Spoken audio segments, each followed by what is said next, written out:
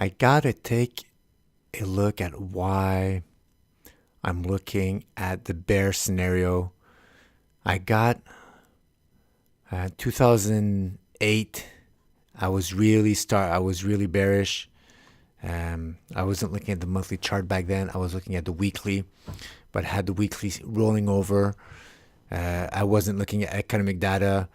Um, I had just read a little while before Stan Weinstein's Secrets for Profiting in Bull and Bear Markets, and all I saw was the 30-week moving average rolling over, breakdowns, horizontal breakdown lines. So very, very after first read of the book, maybe I was lucky that it wasn't a false breakdown, that everything did pan out, that it went down. And now we know that need a weight of evidence.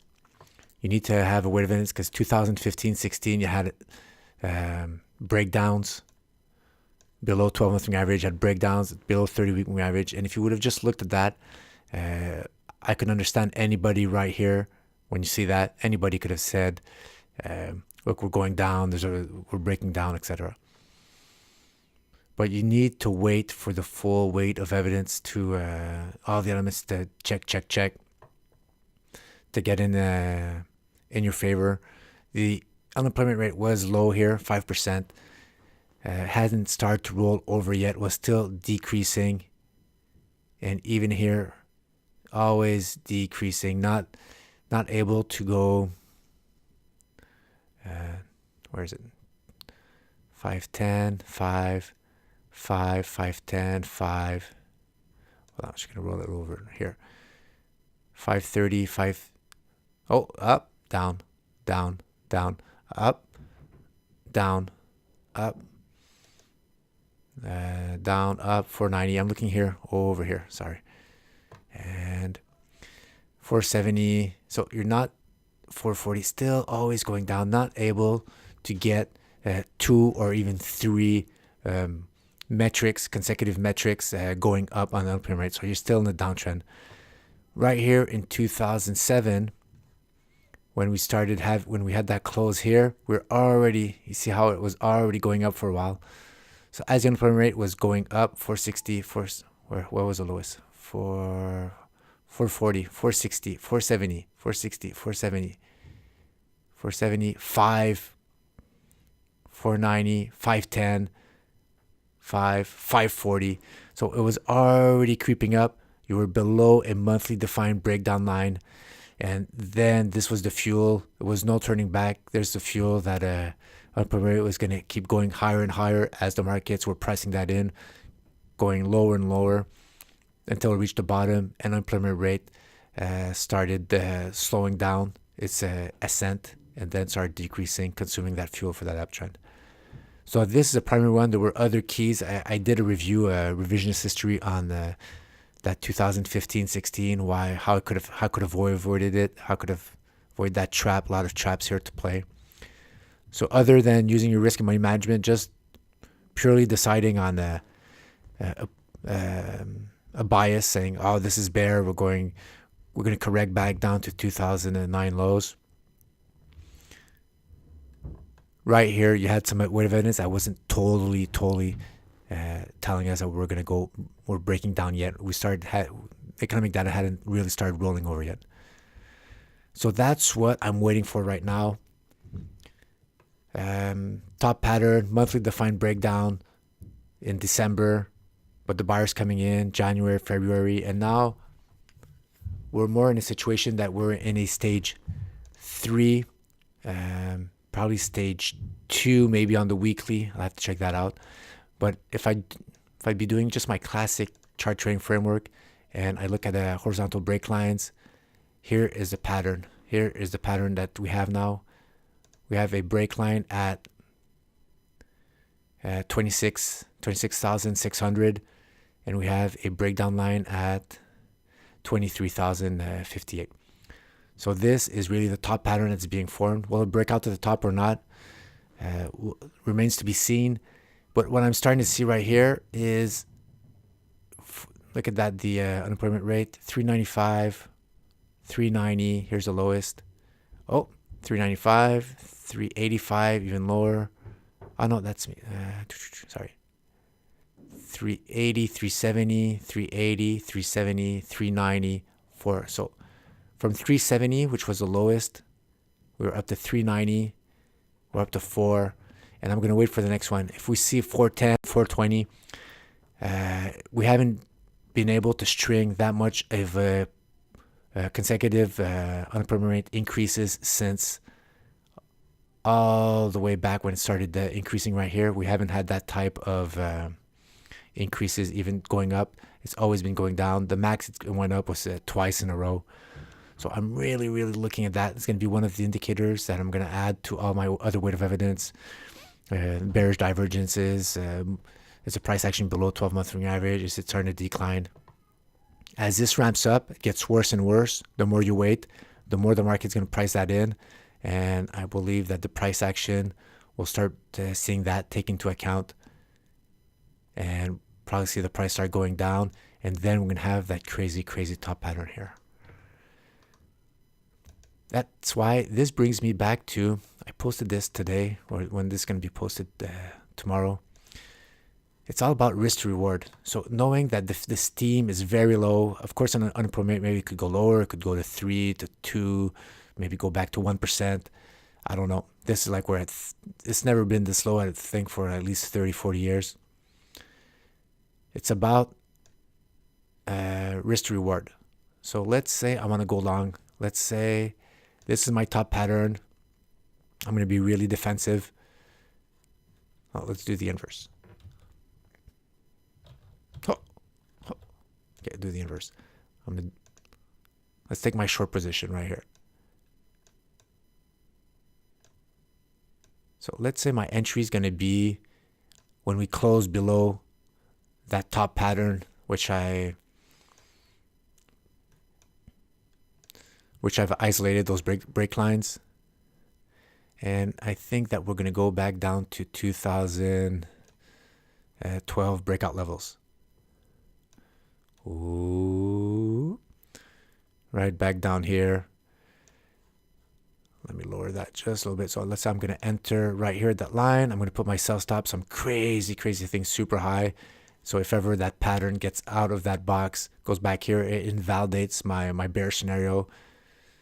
Very, very, very conservative, small position size. And my target's right here, this base, 2007 highs, 2009 lows, all the way back here. And that target, yeah, it has to go through these 2015, 16 congestion zone. But this was really an important breakout place, important support, important resistance, now turn support. It also coincides, let me get my Fibonacci retracements. Also coincides with that 61% retracement. I put it just a little lower, just a little further down. So that's the zone where I think that this might slow down a lot. I'm not going to get greedy with a full retrace, although I do believe it could happen, or that 78% retrace. But a good correction, that 61% retrace is really in the cards. So that's how I'm measuring my bearish target, my top pattern, economic data starting to roll over, and all the other metrics which are piling on. You could check anybody on stock twits, just everything that's being ignored right now. The only thing, I don't know, I could probably ask some people who have those bullish targets, what are they actually looking at? Are they looking at unemployment rate, or what's really like the fundamental driver that they're looking at? Hold on. Whoa. I didn't take away the good one, Pat. Because I don't know. Right now, the positive for the bull markets is easy money from the ECB, from the Bank of Japan, and the US that might slow down quantitative tightening. That low interest rates fueling buybacks, driving the price of the US markets. That's what I see now. Maybe there's other stuff that's driving that. But what could be driving it down is the pricing in of economic data, of really a recession, a market rolling down. Okay, Pat. Enough talking. Okay, let me just put that back down here. I would enter short here for break. My sell stop, crazy sell stop all the way up here. And so here's pretty much my risk to reward, 2.46. I risk one here and I could gain 2.46. Very conservative, very far away entry point. Okay, what do I have to do? What type of environment do I need on the bull side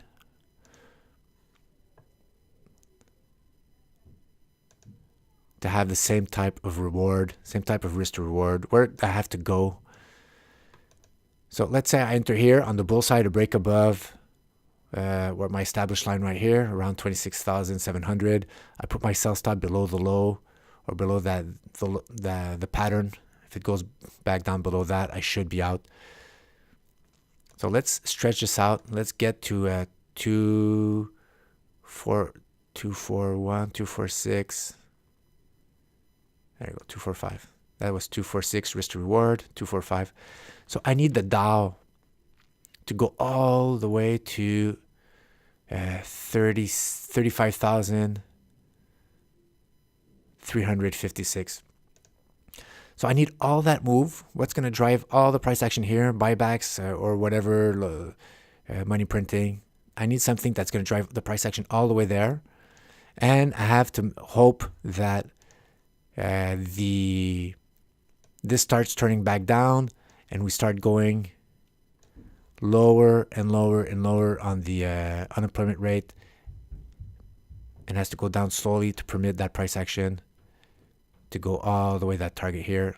This has to go back down. The economy has to go really start getting better, and after that it's going to start rolling over. So can this stretch? Can the unemployment rate keep stretching slower and slower? Can it stop reversing what's already started to do now, etching upwards?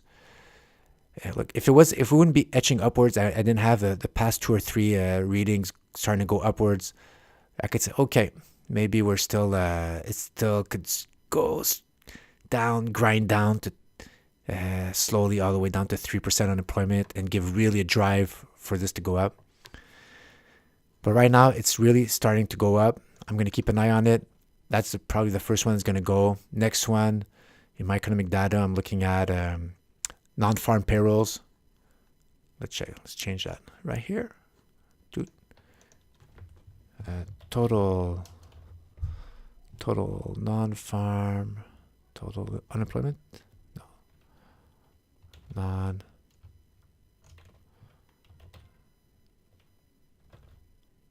Total employees, non-farm.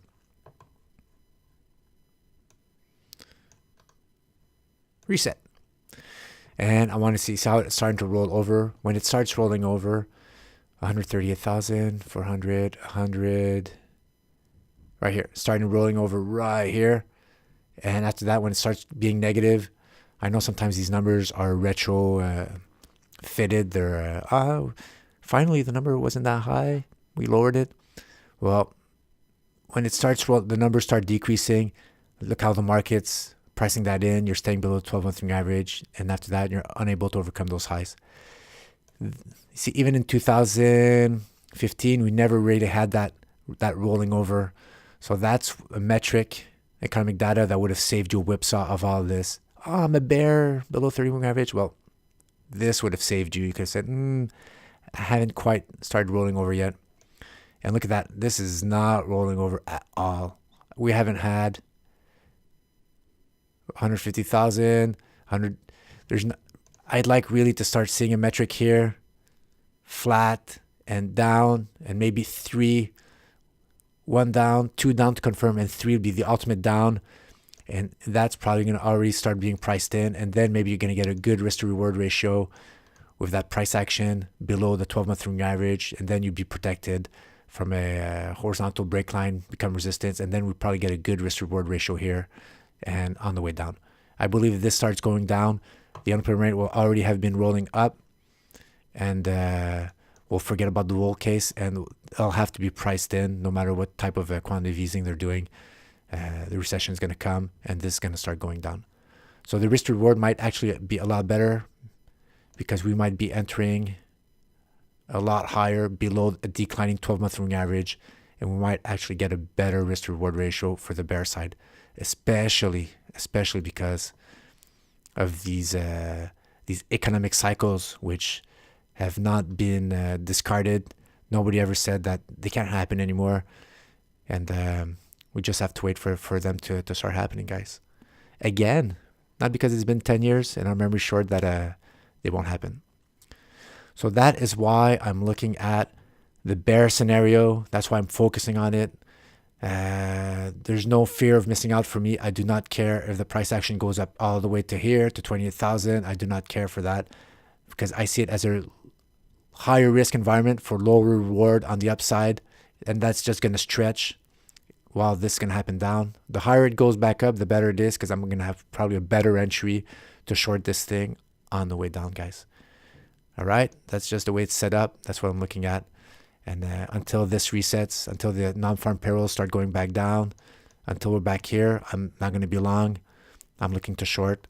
And that's all she wrote, guys. Thanks for watching. Thanks.